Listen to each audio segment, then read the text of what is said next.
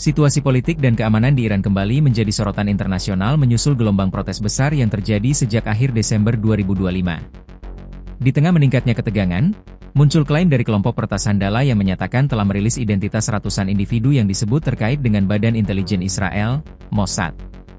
Klaim tersebut menambah dimensi baru dalam krisis yang melibatkan isu keamanan, teknologi informasi, dan perang narasi di ruang publik global.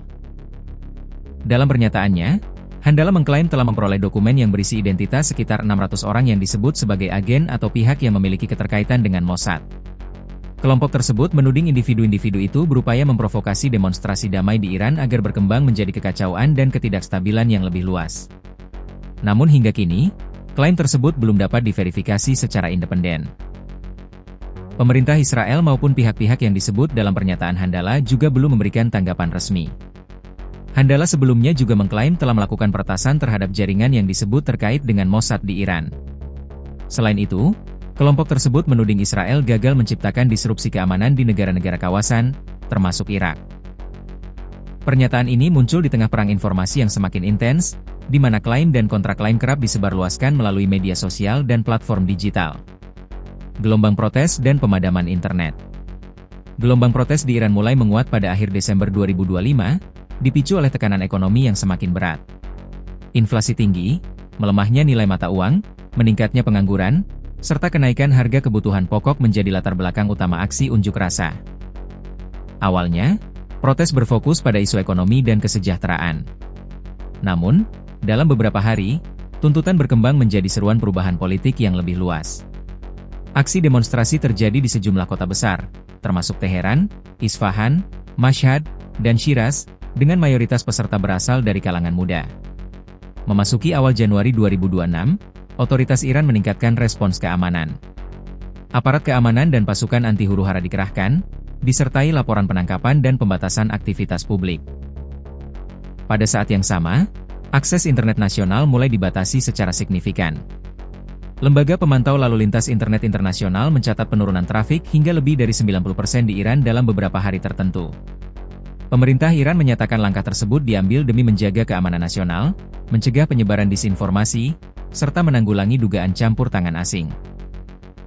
Pemimpin tertinggi Iran, Ayatollah Ali Khamenei, menyebut protes tersebut sebagai bentuk hasutan dan menuding adanya peran aktor asing, termasuk Amerika Serikat dan Israel.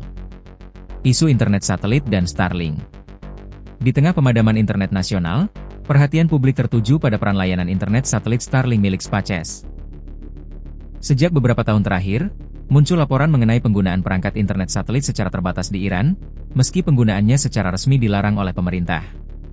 Sejumlah media internasional melaporkan bahwa selama periode pemadaman, sebagian warga Iran masih dapat mengakses internet melalui koneksi satelit.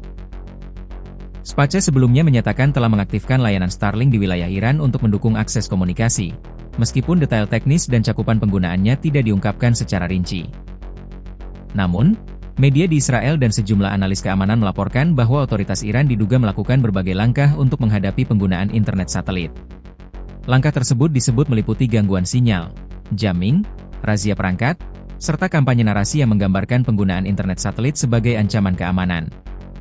Beberapa laporan bahkan menyebutkan dugaan bahwa layanan internet satelit sengaja tidak langsung diblokir untuk memantau aktivitas dan lokasi pengguna. Klaim ini kembali belum dapat diverifikasi secara independen dan tidak dikonfirmasi oleh otoritas Iran maupun SpaceX. Reaksi internasional. Krisis di Iran memicu respons dari Amerika Serikat.